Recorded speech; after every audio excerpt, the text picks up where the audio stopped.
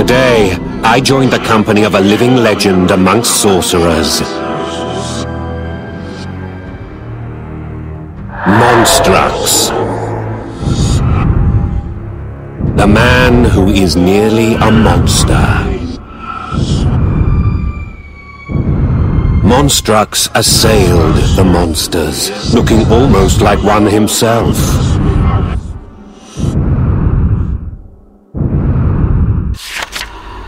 It is said that Monstrux has sacrificed more than 1,000 monsters. But these souls are not contained purely within his arm. They are encroaching upon his whole being.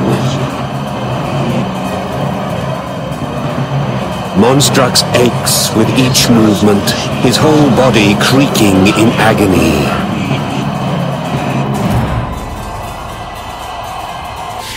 But this has not kept him from the hunt.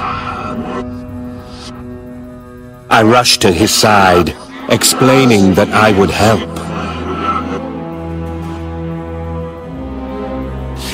We had won the battle, but Monstrux was drained. He paid a great price. Every minute movement sent spears of pain through him. He truly is a man who is nearly a monster. He could cross over the edge at any moment. He was a legend, but a lonely legend. People feared him.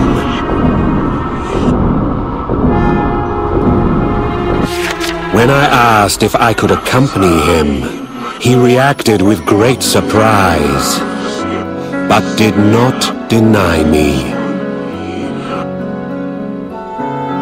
He walked off, and I followed.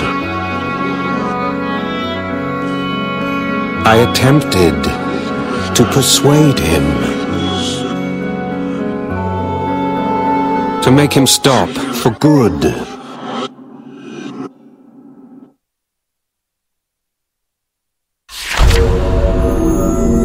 Monstrux, the man who is nearly a monster. Why keep absorbing souls when it's clear they are destroying you?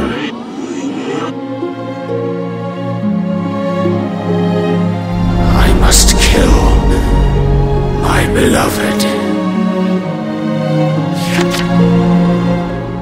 Monstrux once had a lover. Her name was Amatria.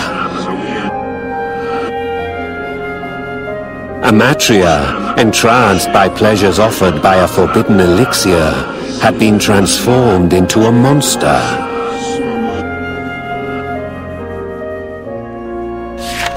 She was the love of his life, and now he wishes to put her to rest. Monstrux cut his story short. He looked ahead towards the void.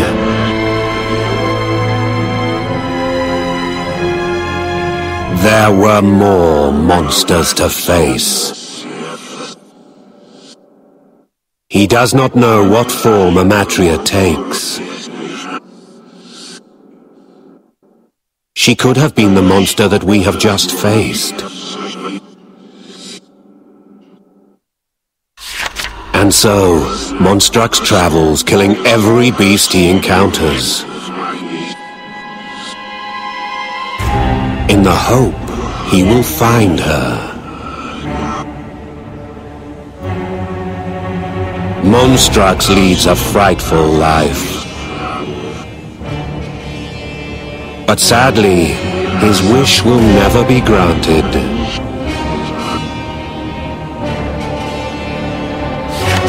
It seems that this monster, too, was not Amatria. Later, Monstrux let out an odd cry. His body and mind were struggling to contain the 1,000 raging souls within him. Clearly, he has paid a higher price than a single man can take. It will not be long before he transforms into a monster himself.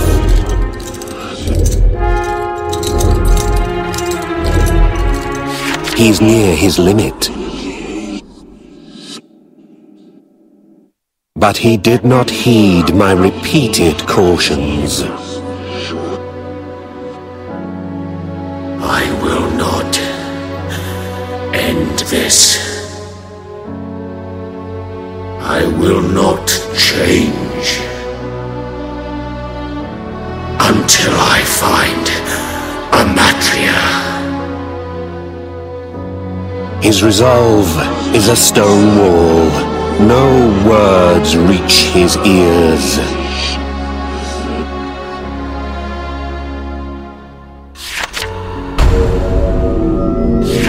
But still, I dared ask him one burning question. Why not save Amatria rather than sacrifice her? If his lover had become a monster, wouldn't the natural choice be to restore her humanity? So he should save the monsters. That would at least give him the chance of a favorable outcome.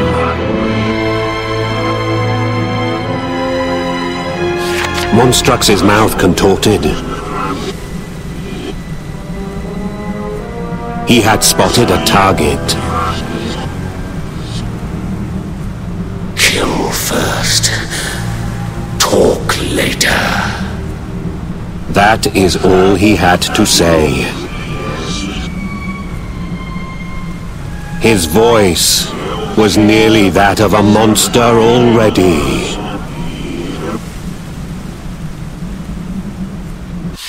Alas, the monster was not Amatria. Monstrux lay himself down and spoke. He once wished to save Amatria. But that was a long time ago. In fact, once he returned Amatria to her human state. But she was never to rise again. He had restored her form, still he could not restore her heart. She transformed into a monster again and ran off.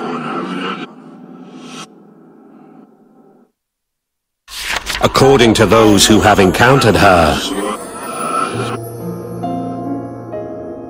she is a much more terrible beast than she was before. Monstrux said that it was better that he stay unaware of her new form. If he knows, he may pause and be unable to kill her.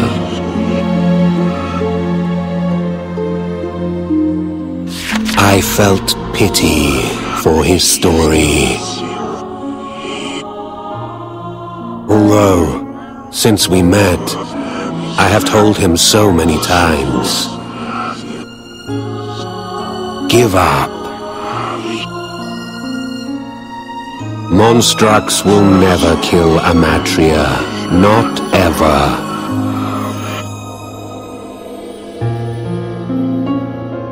For Amatria is already dead.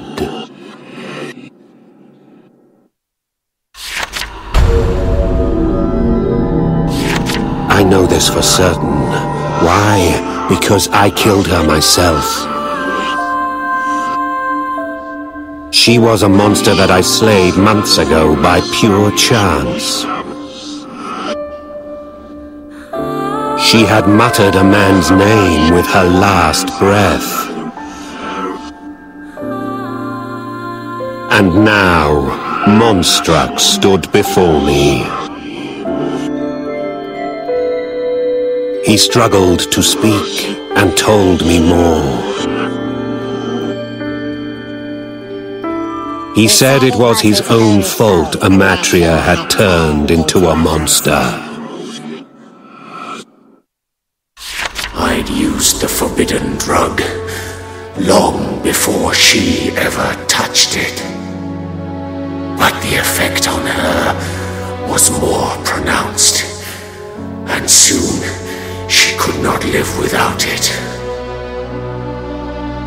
Which is exactly what I wanted. Only I could provide her with it. If she needed the drug, she now needed me. That is how I made her mine. A terrible monster resides deep within my heart.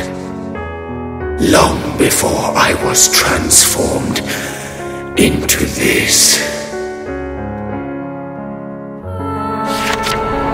We heard a mighty roar. Monstrux leapt up and pursued the sound. Monstrux is not fighting for Amatria any longer. He seeks a rest for his weary bones.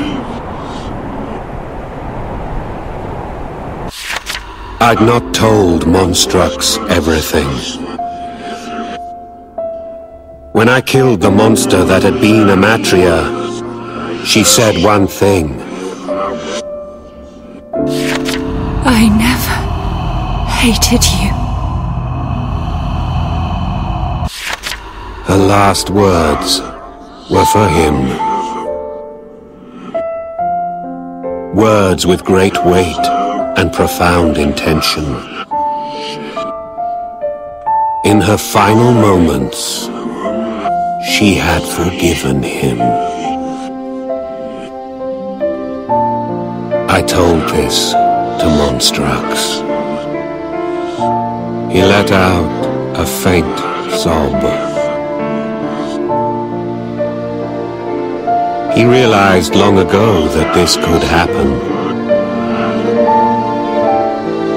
That somebody else might kill his lover, Amatria.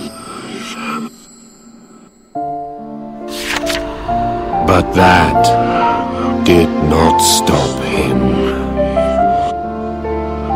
It was a road fraught with agony, but only the moments of pain offered respite from his guilt.